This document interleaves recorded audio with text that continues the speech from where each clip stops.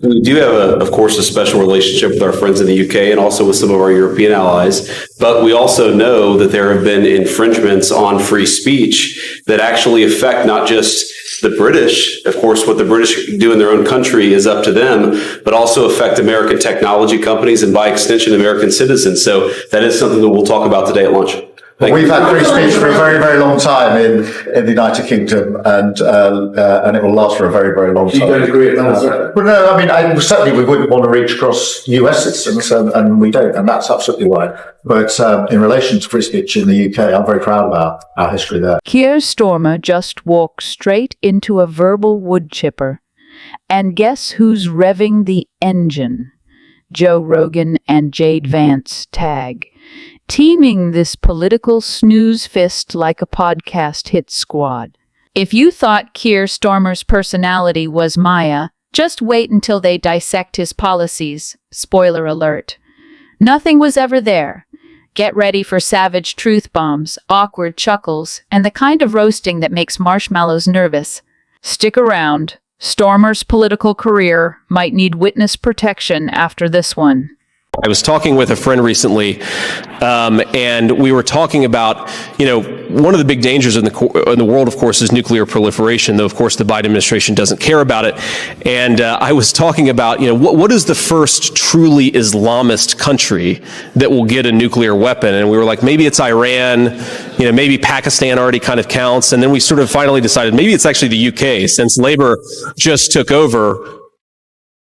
But Keir Starmer, Britain's most human-shaped fog machine, just got verbally obliterated, dissected, and gift-wrapped in political irrelevance by two men who couldn't be more different, yet are equally allergic to waffle. Joe Rogan and J.D. Vance.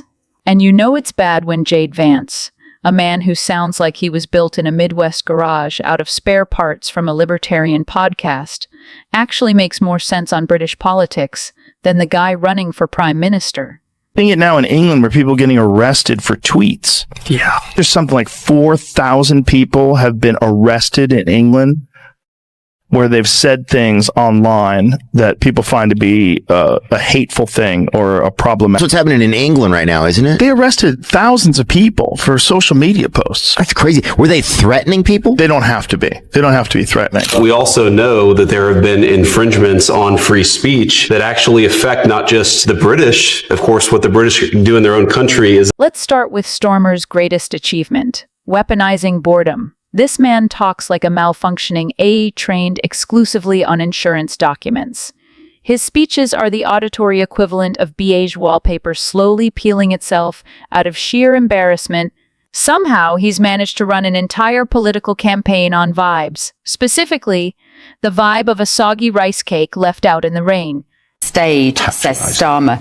That's what he said. And again, it comes back to this idea, no, Keir Starmer. It put you on the world stage. And that's what you love. You love glad-handing with your globalist mates, kissing up to all the massive transnational corporations which are crushing small businesses in this country.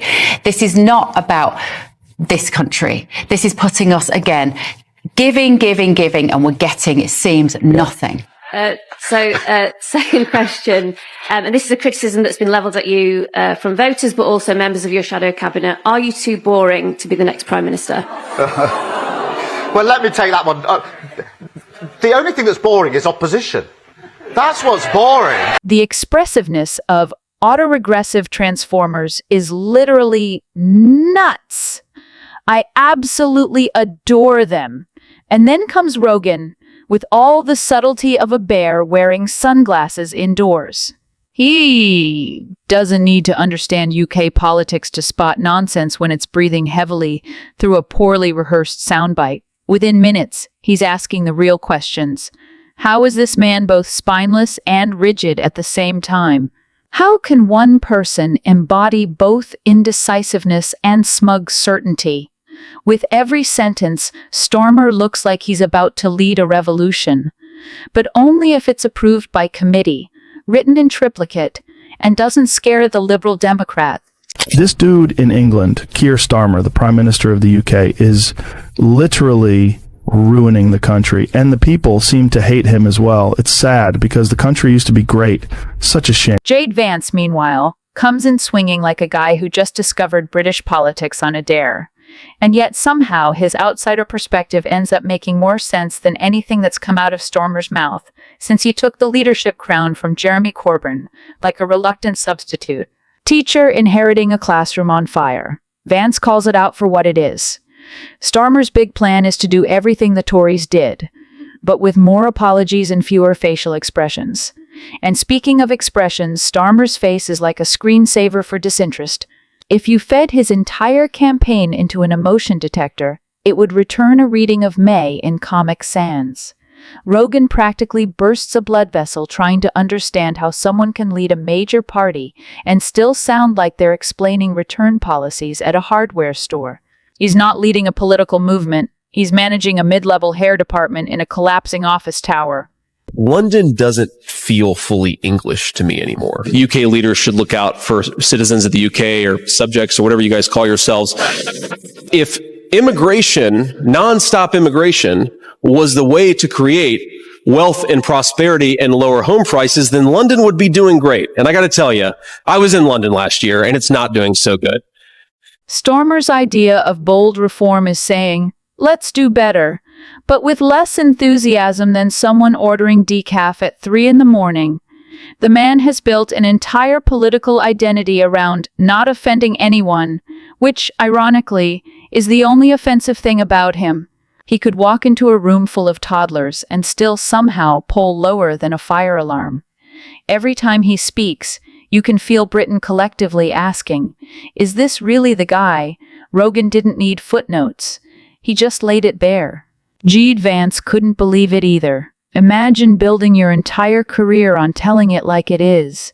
Raw, unfiltered, unapologetic, and then stumbling upon Keir Starmer, who treats conviction like it's gluten, and he's severely intolerant. Watching Starmer campaign is like watching someone try to herd fog. He keeps gesturing vaguely, hoping the weather will eventually organize itself into a coherent manifesto. It's not that he lacks principles. It's that he seems to have downloaded every possible one, like a confused robot buffering between ideologies. Starmer doesn't stand for something he hovers gently near everything, like a hummingbird lost at a buffet of political nectar. One minute he's waving a progressive flag, and the next he's trying to out-smile investment bankers like he's auditioning for Most Lovable Technocrat of the Year. If leadership had a Tinder profile, Starmer would swipe right on everyone, ghost half of them, and then deliver a speech about shared values while editing his policy document mid-sentence. Is freedom of speech dead in this country? I'm not across the details of the particular case, but let me give you the principles that I would apply. Firstly, I'm strongly in favour of free speech. We've had free speech in this country for a very, very long time, and we protect it fiercely. I'm equally, though, against incitement to violence against other people. That has long been an offence in our country, and rightly so. And so I say, don't know the details of this case, but free speech, yes. Incitement to violence, no. And perhaps most concerningly, I look to our very dear friends, the United Kingdom, where the backslide away from conscience rights has placed the basic liberties of religious Britons in particular in the crosshairs. A little over 2 years ago, the British government charged Adam Smith Connor, a 51-year-old physiotherapist and an Army veteran, with the heinous crime of standing 50 meters from an abortion clinic and silently praying for 3 minutes. Naturally, the government urged readers to report any fellow citizen suspected guilty of thought crime. In Britain and across Europe, free speech, I fear, is in retreat. Starmer flip-flops, more than a Roomba in a circular room. If he had a spirit animal, it'd be a weather vane having a meltdown in a hurricane. He's a political shapeshifter, except every shape is made of lukewarm jelly. One day he's waving at striking workers. The next he's writing LinkedIn posts about fiscal discipline like he's auditioning for TED Talk. How to kill momentum with spreadsheets. His promises are toddler art, messy, contextless, and bound for the recycling bin. Even Jade Vance looked stunned as Starmer moonwalked out of yet another position. Rogan just blinked like someone suggested a diet of melted crayons. This isn't leadership. It's improv theater with policy disclaimers. Starmer doesn't stand for anything. He hovers politely near everything. While Britain begs for urgency, he sends calendar invites. He doesn't confront crises. He kisses them with a polite memo and hides behind vague statements. JD Vance is putting the pressure on Keir Starmer again. Thank God for JD Vance. He says that Keir Starmer must repeal hate speech laws in order to get a trade deal. He says there's a good chance of an agreement, but sources say his concerns over Starmer's attack on free speech is still a red line. I hope that red line stays there firmly. This isn't leadership. It's a crisis helpline manned by someone who answers every call with, tricky. Let's revisit that next fiscal year. Jade Vance nailed it. Starmer's entire existence is a masterclass in political evasion. He's the kind of guy who could get lost in a straight hallway, a man who thinks strong leadership means whispering unity into a microphone, while everyone around him screams for clarity. Starmer's idea of bold action, suggesting we might need a new task force. He talks about reform the way people talk about assembling IKEA furniture, hesitantly, fearfully, and always with one eye on the exit. And yet somehow he's framed as the safe choice. Safe? The man's so risk-averse he probably checks both sides of a revolving door before stepping in. If Britain is begging for vision, Starmer is offering a smudged blueprint with a sticky note that says "Tea." When Jade Vance, a man built like a bar stool in a book club, looks at you and says, "Even I don't know what this guy stands for," it's not just bad, it's catastrophic. If clarity were currency, Starmer would be flat broke and borrowing talking points from expired think tank. This is what happens when you build a political persona out of press releases, apologies, and a crippling fear of commitment. Starmer isn't leading a party. He's managing public confusion. And the only consistent thing about Keir Starmer. Trump administration is troubled by reports that some foreign governments are considering tightening the screws on U.S. tech companies with international footprints. Now, America cannot and will not accept that, and we think it's a terrible mistake, not just for the United States of America, but for your own country. But for his own country, Joe Rogan didn't even have to reach for the punches. It was like roasting a paper bag with googly eyes. He pointed out that Starmer's leadership style makes watching paint dry look like a rave. This is the guy who claims he's ready to lead Britain into the future, but only after running 3 focus groups, consulting his inner circle, and double-checking the vibes on LinkedIn. Jade Vance added the cherry on top, noting that Starmer has no real base. Just a scattered collection of people who dislike the Conservatives slightly more than they distrust him. His supporters don't cheer. They sigh politely. If enthusiasm were fuel, Starmer's campaign bus would have broken down in a Waitrose parking lot ages ago. You know your political brand is in trouble when Jade Vance, a man who built his career dunking on elites, looks at your carefully curated nothingness and says, "Wow." Starmer isn't even offensive. He's just confusing. Rallying behind him feels like cheering for a screensaver. The longer you stare, the more you question your life choices. And the promises, the promises.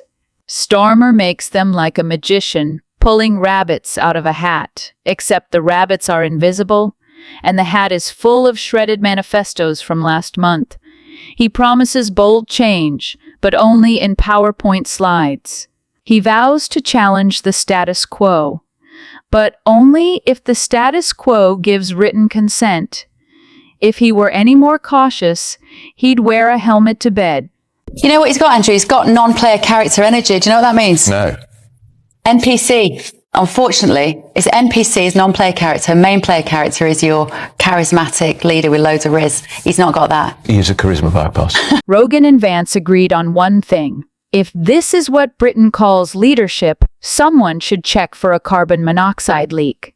Starmer isn't a threat to the establishment. He is the establishment, just with more social anxiety. He's not here to shake things up. He's here to dust the shelves and alphabetize the status quo. By the end, Starmer wasn't a leader.